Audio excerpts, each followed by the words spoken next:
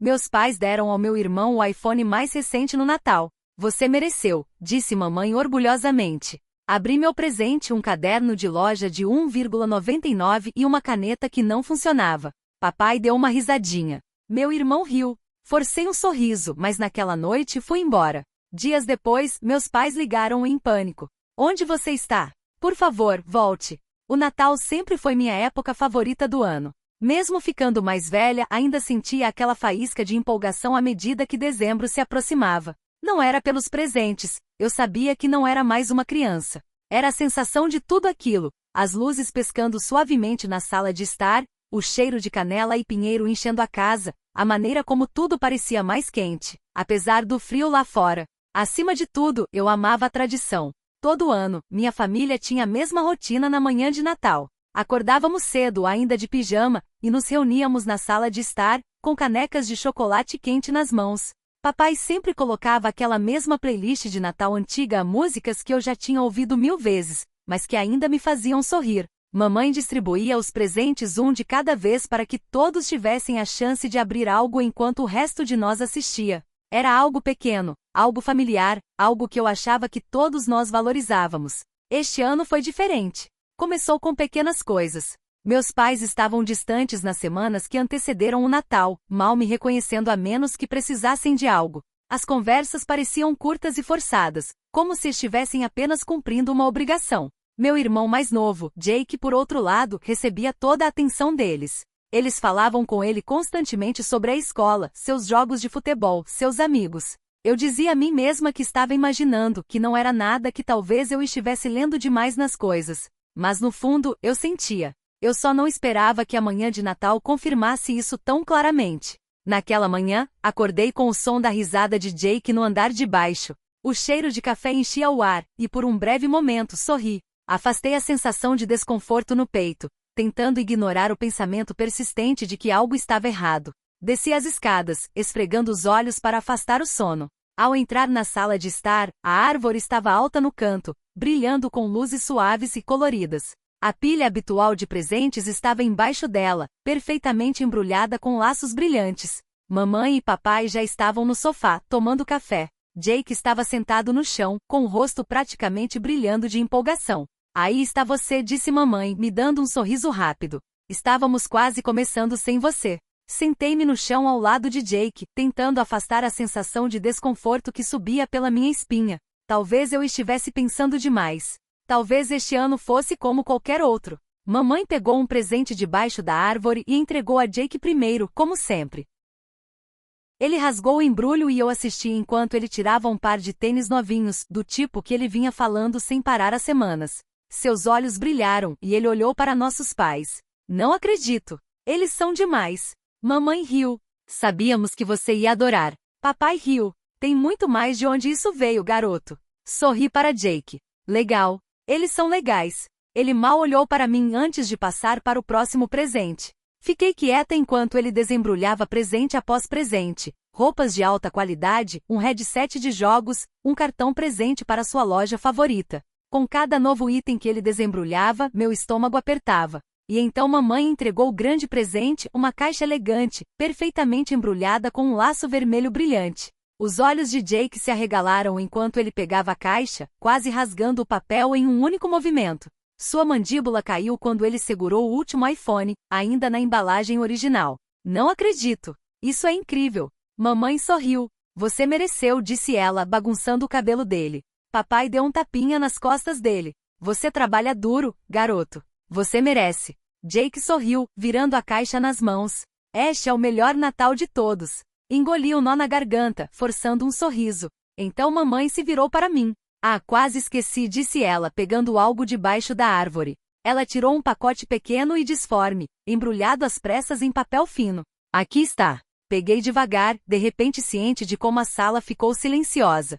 O embrulho farfalhou em minhas mãos enquanto eu o abria, revelando um caderno barato e frágil, daqueles que se encontram em lojas de 1,99, com uma capa fina de papelão e páginas pautadas que pareciam ásperas ao toque. Pisquei. Peguei o pacote novamente e tirei uma caneta de plástico. Cliquei nela, nada. A tinta estava seca. Por um momento, apenas olhei, minha mente lutando para processar o que estava vendo. Então uma risadinha quebrou o silêncio. Olhei para cima. Papai estava sorrindo. Jake caiu na gargalhada. Uau, disse ele balançando a cabeça. Acho que alguém não foi tão bom este ano. Mamãe apenas tomou seu café sem dizer uma palavra. Forcei um sorriso, segurando o caderno com força nas mãos. Obrigada, murmurei. Ninguém respondeu. E naquele momento, algo dentro de mim se quebrou. Naquela noite, muito depois que as risadas cessaram e todos foram para a cama, fiquei no meu quarto olhando para o teto. O caderno barato estava na minha mesa, intocado. A caneta sem tinta estava ao lado dele, inútil. Tentei afastar os pensamentos, tentando dizer a mim mesma que estava exagerando. É só um presente, pensei. Não é sobre os presentes, é sobre a família. Mas quanto mais eu pensava sobre isso, mais percebia que não era sobre os presentes. Era sobre o que eles representavam. Jake tinha recebido tudo o que queria. Mamãe e papai passaram meses ouvindo, se importando com o que o faria feliz, garantindo que ele se sentisse amado e valorizado. E eu? Recebi um presente de última hora, sem pensar, algo que gritava nem tentamos. Eu não tinha feito nada de errado. Não tinha causado problemas. Minhas notas eram boas. Eu ajudava em casa. Fazia tudo o que me pediam e ainda assim, era tratada como um pensamento tardio. Sentei-me na cama, meu coração batendo forte. Passei anos fingindo que não me incomodava, rindo do favoritismo, dizendo a mim mesma que talvez um dia eles me vissem, que talvez se eu trabalhasse mais, fizesse mais, fosse melhor, eles finalmente me amariam como amavam Jake. Mas naquela noite, algo em mim mudou. Eu não ia mais ficar esperando que eles se importassem. Saí da cama o mais silenciosamente que pude, minhas mãos tremendo. Peguei minha mochila do canto do quarto e comecei a enchê-la com roupas, um moletom, algumas camisetas, minhas economias, o pouco que tinha. Eu não tinha um plano concreto, mas sabia de uma coisa com certeza. Não podia ficar ali, não quando me sentia invisível, não quando doía tanto.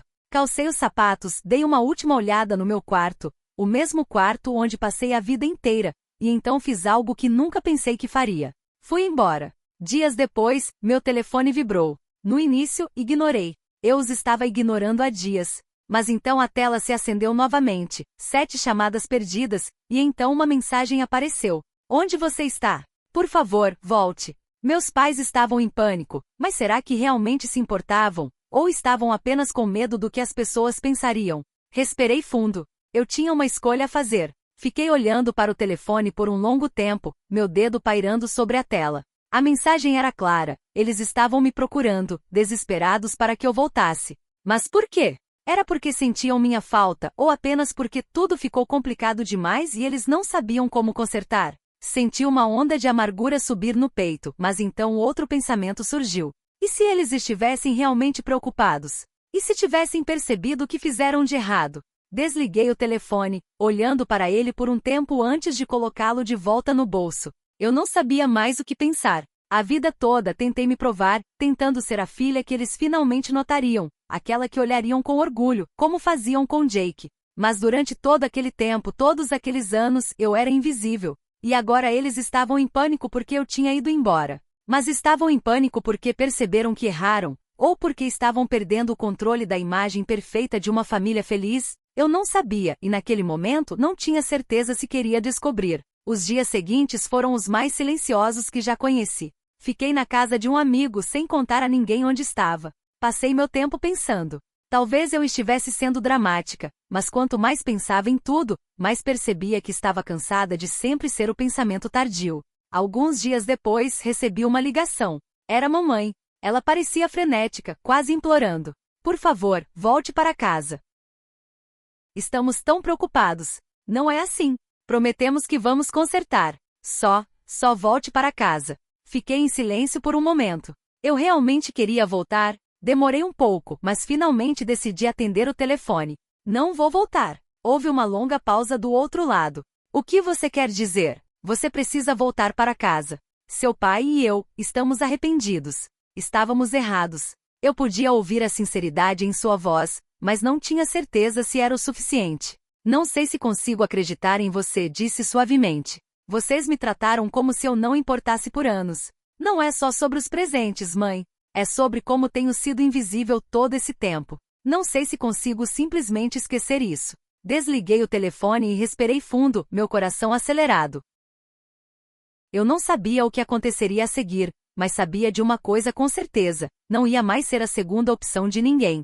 Os dias após aquela ligação pareceram um borrão. Passei a maior parte do tempo refletindo, tentando encontrar alguma paz interior. Minha mente continuava indo e voltando. Em um minuto, sentia que estava fazendo a coisa certa, me defendendo. Mas no minuto seguinte, sentia uma pontada de culpa. Não estava acostumada a ser desafiadora. Não estava acostumada a impor respeito. Durante toda a minha vida fui a boa filha, aquela que seguia as regras e fazia tudo o que esperavam de mim. Mas agora estava me afastando de tudo que antes parecia familiar. E era difícil. Pensei naquela manhã de Natal, a expressão no rosto dos meus pais quando entregaram aquele telefone novo e brilhante a Jake, seu orgulho tão claro. Pensei em como sorri com os dentes cerrados, fingindo que tudo estava bem. Mas no fundo, eu sabia que não estava. Quanto mais pensava sobre isso, mais percebia que aquilo não era apenas sobre o Natal. Era sobre anos sendo ignorada, sentindo que não importava. E eu não queria voltar para aquilo. Mas então algo aconteceu. 2 semanas depois, minha mãe apareceu na casa do meu amigo sem avisar. Abri a porta, surpresa ao vê-la ali parecendo diferente. Ela não era mais a figura severa e distante que conhecia a vida toda. Seus olhos estavam vermelhos, e seu rosto estava pálido, como se não dormisse há dias. "Podemos conversar?" Ela perguntou suavemente. Fiquei paralisada por um momento, sem saber o que fazer. Mas algo em sua voz me fez hesitar. Dei um passo para o lado, deixando-a entrar. Sentamos na sala de estar, e pela primeira vez em muito tempo, o silêncio entre nós não era desconfortável. Era cru, quase frágil. "Sinto muito", disse ela baixinho. "Sei que não posso voltar atrás no que aconteceu, mas quero que saiba que estou realmente arrependida. Por anos, tratei você como se não importasse e agora percebo isso. Vejo isso, e me odeio por isso." Senti meu peito apertar. Não era o pedido de desculpas que eu esperava. Não esperava que ela assumisse a responsabilidade dessa maneira, admitindo seus erros tão abertamente. Mas havia algo em seu tom que me fazia querer acreditar nela. "Você não é invisível", continuou, sua voz embargada. "Sempre amei você, mas estava tão preocupada em garantir que Jake tivesse tudo o que eu achava que ele precisava.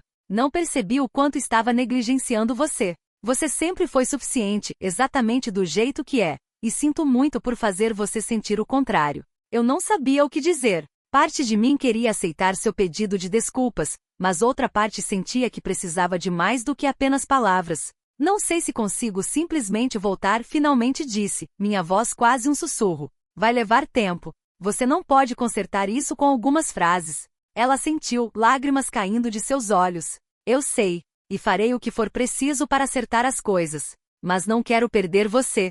Por favor, só me dê uma chance." As semanas após aquele confronto emocional com minha mãe foram uma mistura de incerteza e esperança. As coisas estavam diferentes agora, mas eu não ia simplesmente baixar a guarda completamente.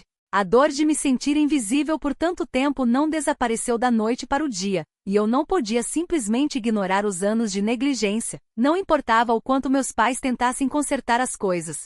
Passei mais tempo com minha mãe e meu pai, mas de vez em quando me pegava segurando só por precaução, caso precisasse garantir que isso não fosse apenas uma mudança temporária, uma tentativa passageira de consertar as coisas. Eu não queria ser magoada novamente. Mas então algo inesperado aconteceu. Uma noite, algumas semanas depois do pedido de desculpas, Jake me ligou. "Sinto muito", disse ele, parecendo sincero. "Nunca quis fazer você se sentir assim. Fui um idiota e nem percebi o que estava acontecendo até tudo explodir. Não pensei em como você se sentia e por isso, sinto muito."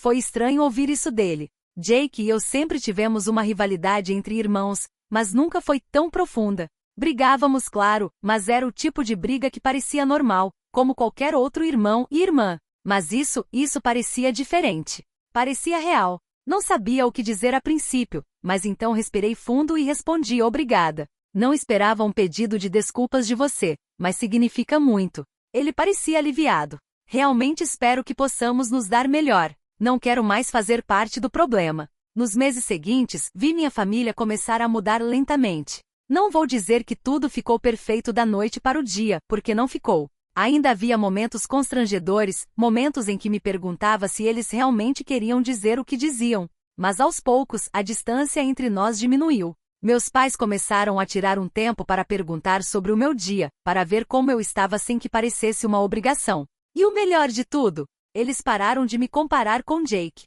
Percebi isso mais ainda quando recebi uma nova oferta de emprego.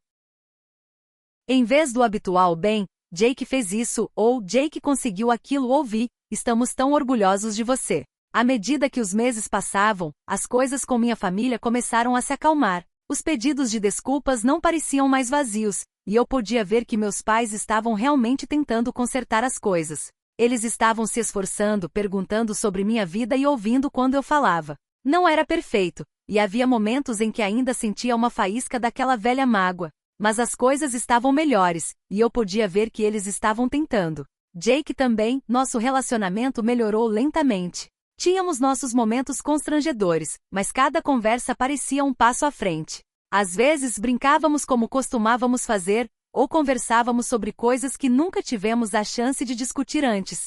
E embora eu ainda não estivesse pronta para esquecer completamente o passado, não podia negar que estava começando a sentir que talvez, apenas talvez, as coisas pudessem voltar a alguma versão do normal. Nunca esperei aquele pedido de desculpas de Jake, e ainda acho que ele não entendeu completamente a profundidade de como suas ações me machucaram. Mas o fato de ele ter feito um esforço, de ter reconhecido o que aconteceu, isso significou algo. A maior mudança, no entanto, veio dos meus pais.